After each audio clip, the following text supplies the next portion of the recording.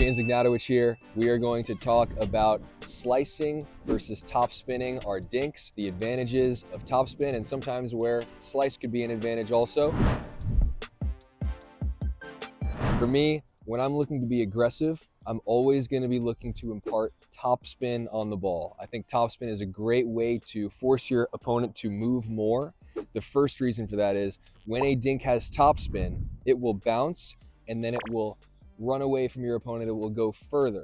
When a dink or a ball in general has slice, it will bounce and then sort of stop and sort of die. So that's why, in general, I would say defensively dinking, trying to neutralize your opponent's aggression, you can use slice. And I think slice is a great way to slow the ball down.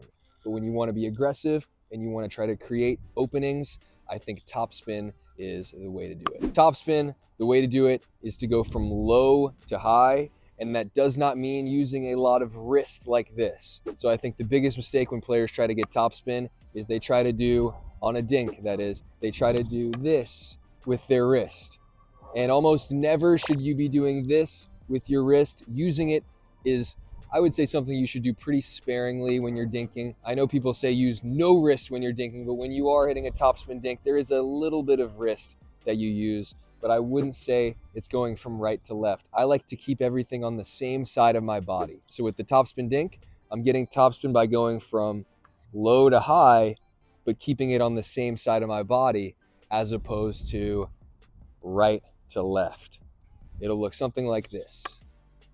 Keeping it, and I'm sure if you've ever watched the pro game, you'll see a lot of dinking that looks like this, finishing with the paddle on the same side of the body. So the reason that you want to finish with the paddle on the same side of the body on a forehand topspin dink is it is a more repeatable motion and there's less things that can go wrong.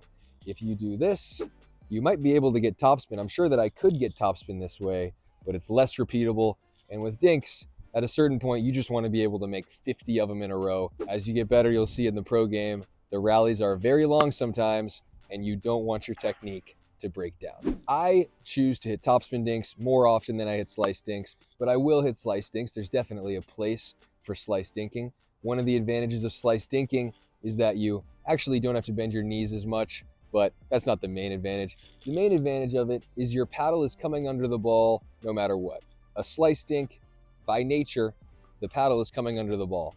So it's a lot easier in general, I would say, to avoid mishitting it, kind of brushing up too much.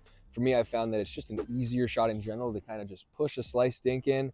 And one of the things I think that's probably the most common mistake with the slice dink is players chopping at it, trying to take a big swing.